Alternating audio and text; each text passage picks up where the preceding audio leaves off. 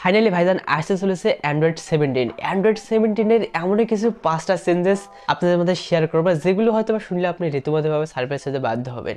Number 1 native app lock. আগে যেমনটা Android 15 অথবা অ্যান্ড্রয়েড 16 মাধ্যমে থার্ড পার্টি ভাবে অ্যাপ্লিকেশনগুলোকে লক করা লাগতো, বাট এখন কিন্তু অ্যান্ড্রয়েড 17 ওরকম আর কোনো সুযোগ নেই।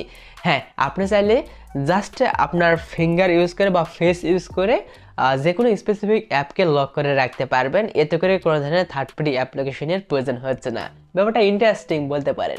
এছাড়াও number 2 system wide blur effect. Now এখন যেমনটা আমরা দেখতে পাচ্ছি না আইফোন 17 প্রো ম্যাক্সে লিকুইড গ্লাস কাইন্ড অফ ওরকমই, কিন্তু লিকুইড গ্লাসের মতনই ব্যাপারটা দেখাবে আর কি। দেখতে আসলে জোস লাগবে আগের থেকে। আইকনগুলোর পিছনে হয়তো একটা ব্লারি ইফেক্ট ক্রিয়েট করবে, দেখতে আগের থেকে আরও বেশি প্রিমিয়াম লাগবে। এছাড়াও number 2 split notification and quick setting.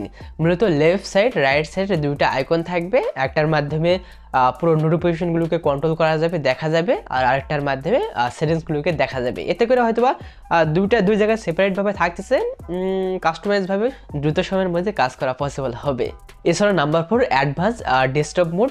হ্যাঁ, কাইন্ড অফ এখন কিন্তু ওই পিসির ভাইবটা স্মার্টফোনেই নিতে পারবেন। যেহেতু পুরো একটা জেনারেশন স্মার্টফোনের দিকেই ঝুঁকছে, সেহেতু তারা এই ব্যাপারটা ইনক্লুড করতেছে, ডেফিনেটলি ভালো হওয়ারই কথা। এছাড়াও নাম্বার 5 কম্প্যাক্ট কন্ট্রোলার আর রিম্যাপিং। তো এতে করে গেমিংয়ের একটা নতুন রেভলিউশন আসতেছে। বিভিন্ন সেটিং টেটিং এগুলো একটু কাস্টমাইজভাবে ইউজ করা যেতে পারে।